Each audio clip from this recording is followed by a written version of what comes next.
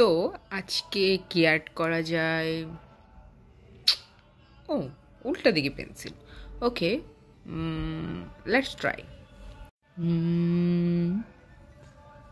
দাঁড়াও, নাড়া দিও না আমাকে। তুতুবিন তো নেই।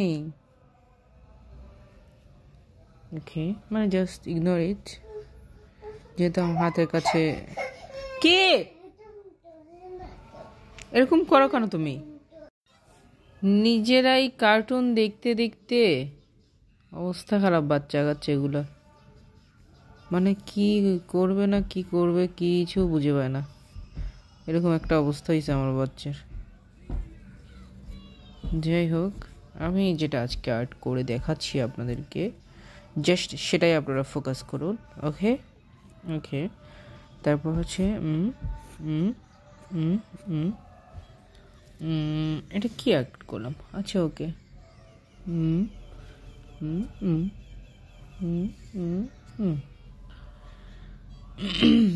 ওকে, এটাকে একটু আমরা লাইন আপ করে দিই, দেন ইজি হবে বুঝতে আপনাদের যে আমি কি আর্ট করলাম। একটু ডিপ করে দিলে বোঝার। আমি এরকম কম্বলের উপরে বসে বসে আর্ট করা শুরু করে দিলাম, আপনাদের দেখাচ্ছি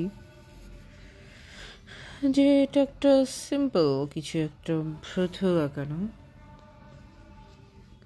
ইজি, মানে ছোট বাচ্চারা আর্ট করতে চাইলে এটা অনেক easy. Bus, that's it, final look.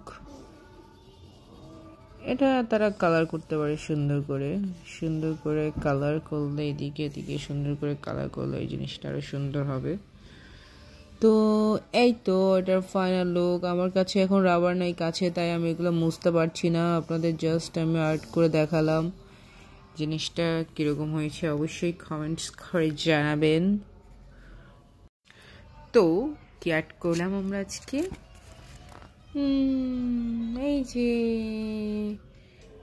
ও কেমন হলো? ও মাই গড, এই পাগুলো ঠিক আছে কোনো রকম, হাতগুলো মশার হাতের মতো, সরি মশের পা ঠ্যাঙের মতো লাগছে, রাইট? ওকে, তো আপনারা ফটাফট আমাকে জানিয়ে ফেলেন এটা কেমন হইলো। এটা কিন্তু বাচ্চাদের আঁকার জন্য অনেক অনেক অনেক সহজ হবে, রাইট? ইয়া, ওকে, তো আজকে এই পর্যন্তই। আল্লাহ হাফেজ, আসসালামু আলাইকুম।